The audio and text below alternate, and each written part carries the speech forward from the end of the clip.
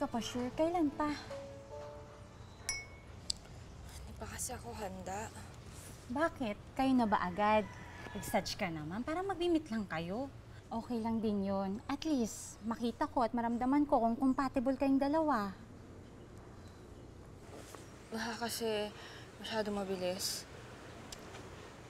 Chrissy, hanggang ngayon ba hindi ka pa rin nakakapag-move on? Please, don't mention his name.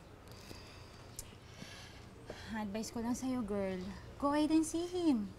Wala namang mawawala. Go ka lang. Yan ang next level. Eyeball na. Para mag-aalaman na. Hayaan mo na ang tadhana ang humusga.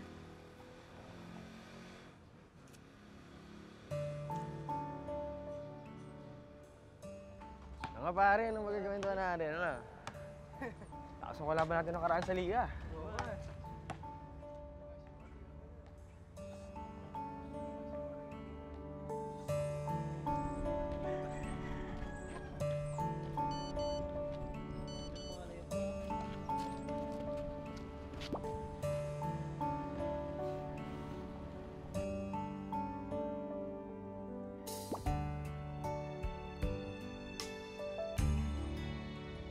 Siguro dapat ayusin na natin yung mga study groups natin para makatulong din sa mga nag-working student. Oo, para ma-share yung notes, maka-cope up sila sa review. Uy, Patrick, sumama ka na sa study group natin. O sige, para maipasa mo na yung trigo. Sira, dami lang ako absent doon pero kaya. Patrick, malapit ang oblation run natin. Baka gusto mo lang sumama. Oo nga, matagal ka na naming inaawitan eh. Para naman makasama ka na. Tradisyonal ng prat natin yan. Ang oblation run is for UP Alpha Phi Omega lang.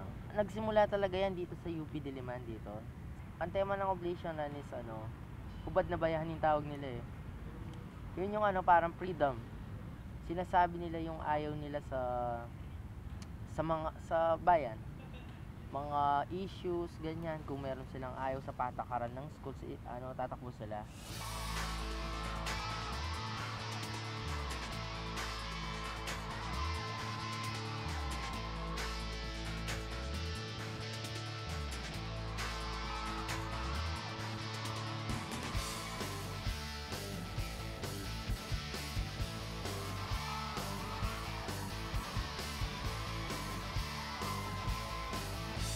When I joined the Alpha Phi Omega Fraternity way back 2009, pinakita niya kung saan yung hangganan ko, yung pasensya ko, at saka yung ko, kung paano, parang inalis niya na yung hiya sa akin lahat eh. Alam mo, para kang sira. Baka kasi yan... Anong baka? Baka kasi...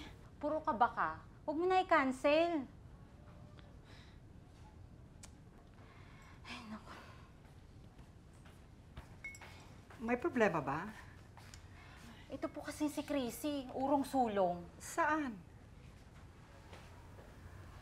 Kasi naman eh. Ano ba yun? Kasi po... Kasi po, Mami, nalabas po kami ni Patrick. Sino Patrick? Yung pong kachat niya, Sabi ko nga po kay Aileen eh, cancel na lang yun.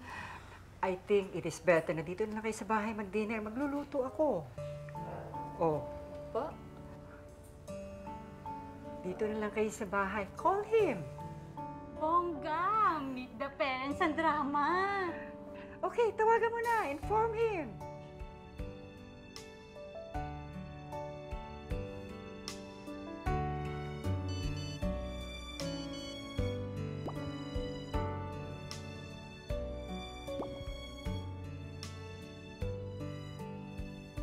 Stress ako noon.